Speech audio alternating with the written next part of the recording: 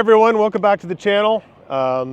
Little something different today. There's a new tractor that I've sold that I've never sold before, and I think there's actually very few of them that have been sold in Ontario here. I've got to go over to another dealer to pick it up. I know that they've sold a couple, but pretty cool little unit, so we'll go over and do that. I want to thank everybody for watching these last couple videos that I've done. The farm show videos were a huge hit. We gained over 100 subscribers, so thank you all for that. Very much appreciated.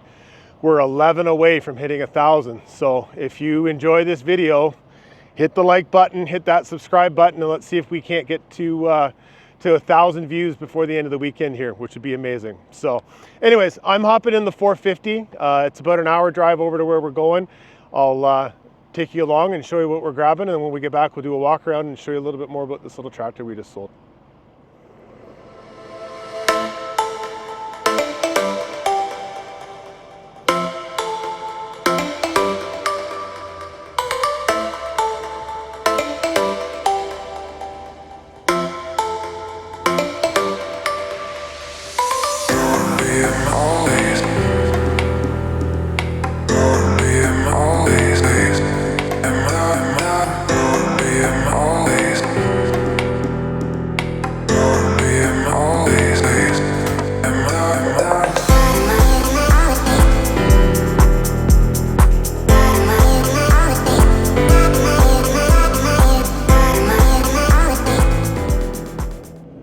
So this area is actually extremely busy right at the moment. Sort of that Talbotville, St. Thomas area up into where the store is for Advantage. We've got new bridges going in along the 401 for highway number 4 and Glenworth Drive. We've got the new Volkswagen plant going in over on the northeast corner at St. Thomas, and they're building all the infrastructure around here. The roads that were here are single lane roads, and they're now building them into 2, 3, 4 lanes type of thing. So there are dump trucks after dump trucks after dump trucks moving topsoil and bringing gravel back in, and it's incredible to see what's going on. One of the roads we're just going to pass is Wonderland, and they're actually straightening it so that it comes down to the Highway 3. And I'm being told that there's something like 1,100 truckloads of topsoil, clay, backfill, whatever you want to call it, coming into that area, as well as over to the bridge from another area over on the bypass on number 3 around St. Thomas, to be able to do all this with. So it's amazing. So I'm just coming by here. I'm going to take you off the stand, and I'll just slowly drive so that I'm not driving while I'm videoing here.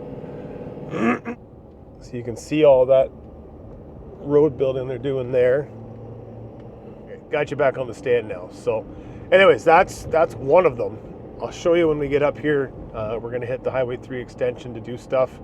And actually I can turn you around right now. They're pulling all of these trees and stumps out along this side of the road to be able to get this so that it can be widened out to 4 lanes. But absolutely crazy times. There are fields and farms over here that I remember as a kid, back to the early 2000s when I used to spray, custom spraying, that are they're gone. There's nothing left of them. The farmland in this area is being taken, and it's all for big commercial and industrial stuff, and it's bound to happen, but I'll be straight with you, it's sickening, because this is some of the best farmland in Ontario. And to see it turning into asphalt and gravel and concrete is, it's almost sickening. So this is the Highway 3 bypass that runs along the north side of St. Thomas. And you can see it's all nicely treed, 2-lane road. And we're gonna get up here past this next cutoff, and you will see what is going on here with all the construction. I apologize if the video is a little bouncy. This truck is not as smooth as mine. So here you go. They are taking out thousands and thousands and thousands of yards of dirt here, prepping this to be able to be another 2 lanes wider.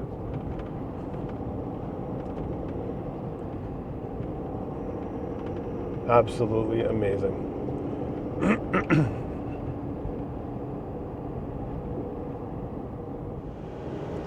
So all of this here was either forest or farmland, and it is all now just wide open spaces.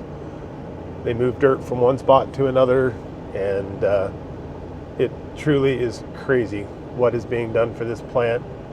And I even question whether or not it's going to go through.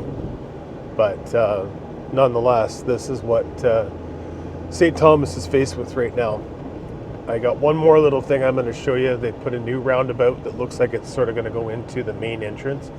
And I just want to show it to you, and then I promise I'll stop complaining about this.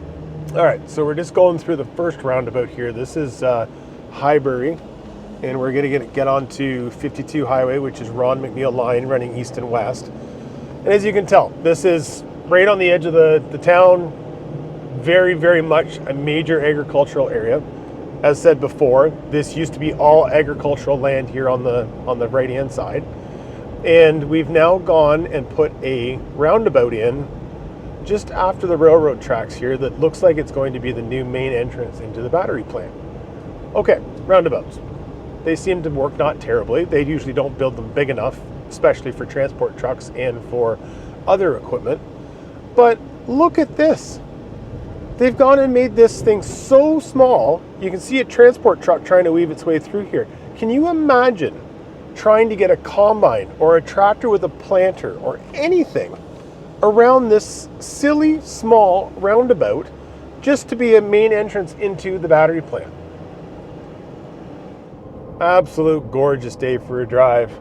There's actually a few fields of soybeans that are off, which is it's about time. I'm shocked that there hasn't been more, but I think with the way that the weather went this summer, it was really hot, and then we went cooler, and I think they just went, you know what, we're done. And yeah, I think it's even more coming off over here to the east a little bit towards the Tillsonburg area, but I know there's some beans coming off over our way as well. Big case with a Lemkin on the back. Get around it. New 425. I'm not sure who that actually is.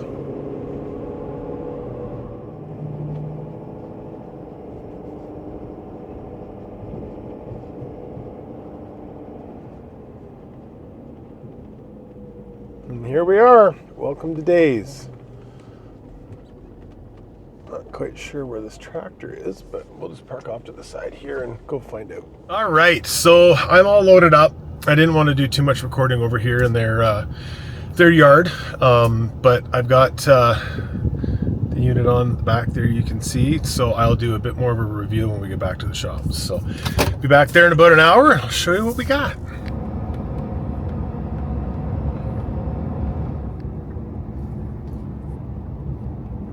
We're being in it. It's noon and they're going already. He was parked when I came through at 11:30, so it's obviously drying off nice for them today.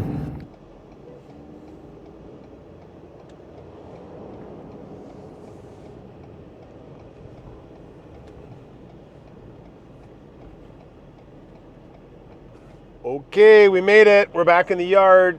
Let's get out and I'll show you what this unit looks like.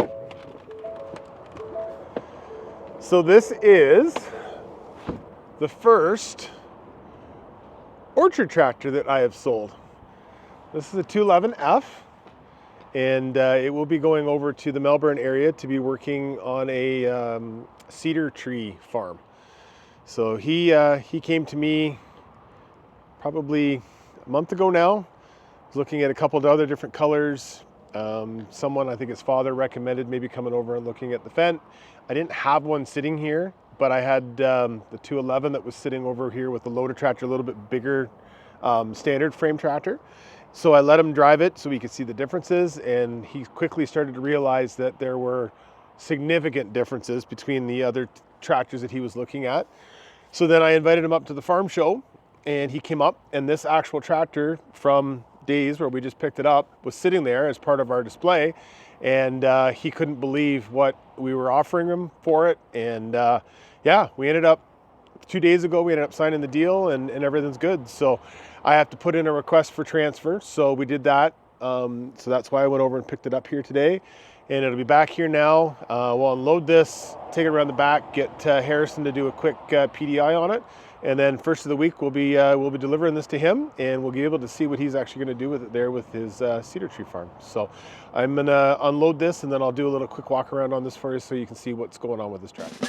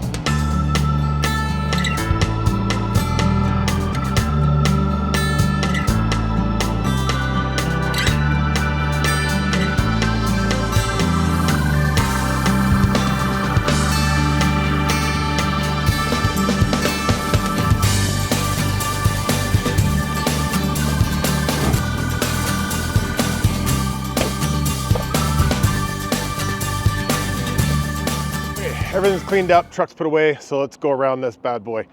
So this is the Fendt 211F. It is a medium width orchard tractor.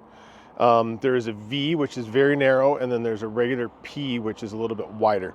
So this tractor's got a 3.3 liter, 3-cylinder AGCO power engine in it, and it boosts to 124 horse. Lift the bonnet here and you can see in. They've got a lot of stuff tied into here, very tight. Rads, coolers, air. This is your def tank up here on the front, and then your main part of the engine back in behind.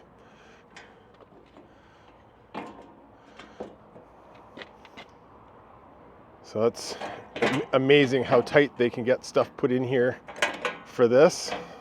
What I quite liked about this one, it not only has the front 3-point hitch, which he asked for, but it also does have the front PTO as well. The typical units usually have 1 or 2 remotes on it. This one has a bunch of power beyond stuff here on the front. We've got yellow and blue for 4, a couple case drains. So there's 2 remotes on that side. But then we go around to the other side, and there's brown and purple on this. So he's actually got 4 remotes, 2 case drains, and ton of hydraulic power here on the front if he needs it to be able to run his stuff. It also has these brackets here to be able to route the hoses down the side so it doesn't interfere with things. This one also has front suspension on it, which is pretty wild on a tractor this size. Full cab. It's got the air filters for being able to spray the pesticides and everything like that. Michelin tires around the back. We've got our 4 valves back here as well that we can use from the back. Regular 3-point hitch that can be extended in and out. And then what's neat with this one is it also has the tilt on the back. So as you are going down through your orchard, your vineyard, whatever it ends up being, in his case it's going to be cedar trees, the tractor lurches left and right based on what the ground conditions are. That's not great for the vertical row of grapes or trees. So that 3-point hitch at the back here independent hydraulics, it will use a gyro and it will actually compensate the back 3-point hitch to try and keep the implement on the back completely level and vertical to keep it so you don't damage any of your trees. It's pretty cool tech. ISO plug, oil fill. Then we get inside. So our diesel fuel's on this side here. It is a Profi Plus, which means that it's GPS. And it looks very similar to a Fendt 1 cab, only smaller. So let's get in here and I'll show you. So you'll notice down here on the side, it's still got the same armrest. It's got the same controls for running the foot controls. But because the cab is so narrow, there's no display here. So where it actually is, I'm just going to turn the tractor on because it's extremely hot.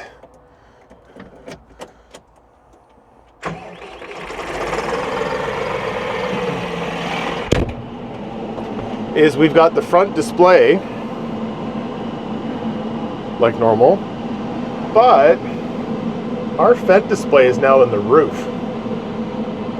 So all of his functions are sitting up here now, and he can do all of his GPS, all of his oil flow settings the exact same way you would on one of the big tractors. So this is a extremely powerful unit in such a small little box, and you can it's going to be so neat to see him use this and see what he's able to do with the tech and stuff with this. So his biggest concern that he wanted was GPS, and he wanted GPS that he could do recordings of previous trees that he had planted, and they're not straight. So we're going to use a contour line that we can save for each one of his rows. It'll auto save, and then whenever he comes back on that row, all he has to do is hit the auto engage, the auto steer, and it will guide him on the same path every single time once we get him upgraded to RTX for his pass swaths. So anyways, I am so impressed with this little tractor. I'm so looking forward to him getting a chance to play with it. That was just sort of a brief overview of what this unit is, and we'll hopefully Monday, Tuesday we'll get it delivered, and then let him have it for a day or so to get used to it and get some things working with it, and then we'll get back to being able to hopefully see him using it. I guess one of the other things that's a little different with this, just before we go, is this has a regular handbrake instead of the air brakes on it. So it's more like that other little 211 that we had here, but it's going to operate the exact same foot control or joystick. I taught him how to use foot and the cruise controls, and then we'll just be using the shuttle shift to be able to go around. So we'll take this for a quick little drive just so you can see it, because it's pretty neat.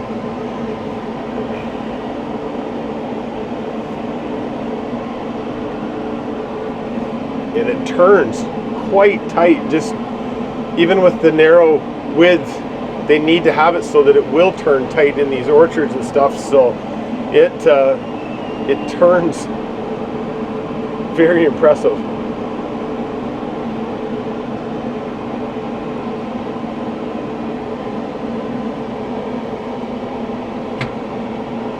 Okay, so that is the 211 Fendt F.